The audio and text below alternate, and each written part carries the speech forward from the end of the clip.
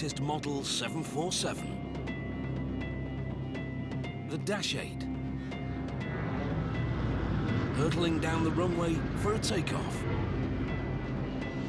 Suddenly, the pilot has to slam on the brakes. Screeching to a halt, they glow red hot. Firefighters scramble, but do nothing. This isn't a disaster in the making, but one of the many tests the latest model 747 will face. If she bursts into flames, she fails.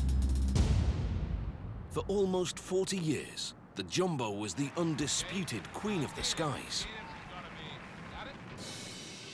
Recently, she's lost that crown to the bigger Airbus A380. And the team at Boeing want it back.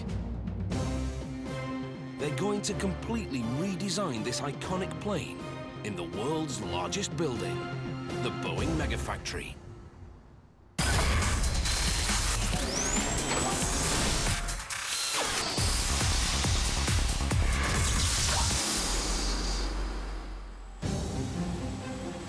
After 5 tense minutes, fire crews cool the brakes in the 747's wheels.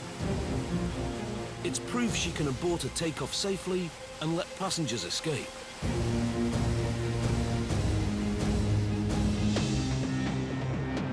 Boeing hopes this will be her only aborted takeoff. The 747-8 is the latest and most technologically advanced version of the company's flagship.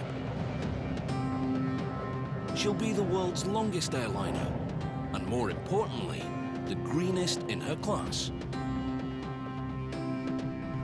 Like every Jumbo that graces the skies, she'll be born at Everett, Washington, just north of Seattle. Boeing's Megafactory is the largest building on the planet. Its doors hold the Guinness World Record for the largest mural. How big? You could fit all of Disneyland inside it and still have room for parking.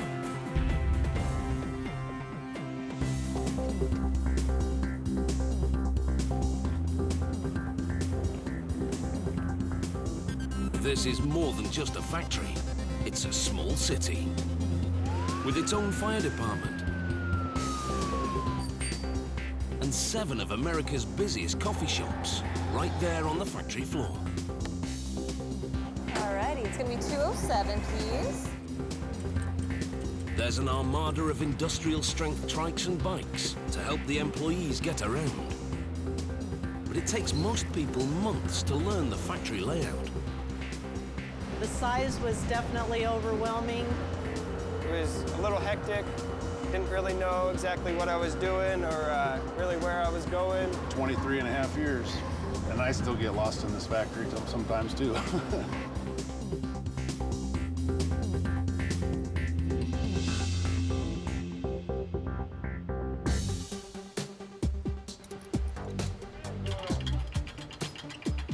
This cavernous building is so large, clouds have been known to form near the 11-story high ceiling. It's a bewildering jumble of aircraft parts in all shapes and sizes. But there is method beneath the madness.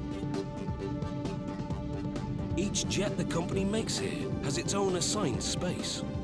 This area is reserved for the company's darling, the 747.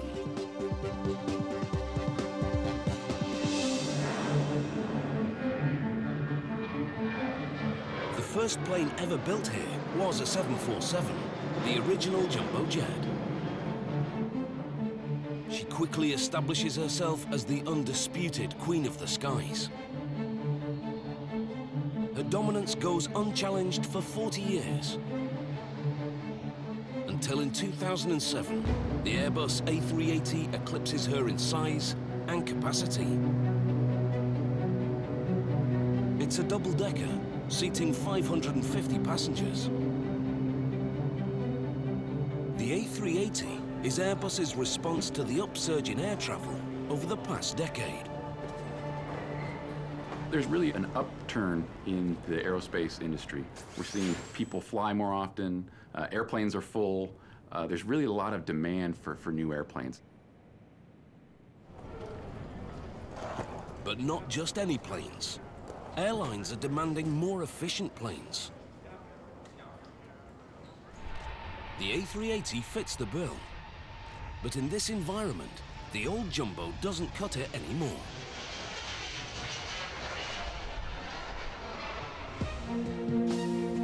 With soaring fuel costs and concern for the environment, she's become expensive and dirty to fly.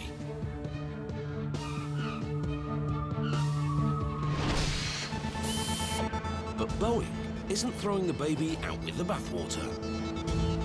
Instead of designing a new plane from the ground up, which could take a decade and billions of dollars, they're going to give a radical makeover to their old favorite, a better and greener jumbo. The Dash 8 will fly faster, travel a third of the way around the world without refueling, and burn a lot cleaner than any 747 before it. We really think the 747-8 is the right size airplane for the market. Airbus offers, of course, a bigger airplane than the A380. The 747-8 will burn less fuel per seat than the A380. So important decisions for an airline when they're deciding on what type of big airplane they need. But the A380 is already flying, so Boeing has some catching up to do. Good thing that in the hangar next door, they've got some innovative technology ready to go. This is where they're making the revolutionary carbon fiber Dreamliner, the 787. She'll lend the 747 her innovative wing design and brand new fuel-efficient engines. The new jumbo is even named after her little sister. She'll be the 747-8. She's borrowing from the future, but also from her own 40-year heritage.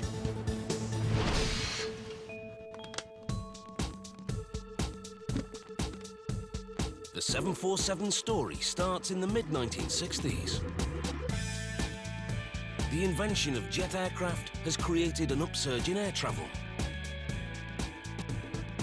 Demand for intercontinental flights is taking off. And one carrier leads the way, Pan Am. By 1965, Pan Am is desperate for bigger and longer-range jets.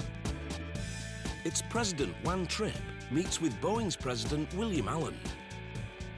He asks him to build an aircraft with a range of 5. Joe Sutton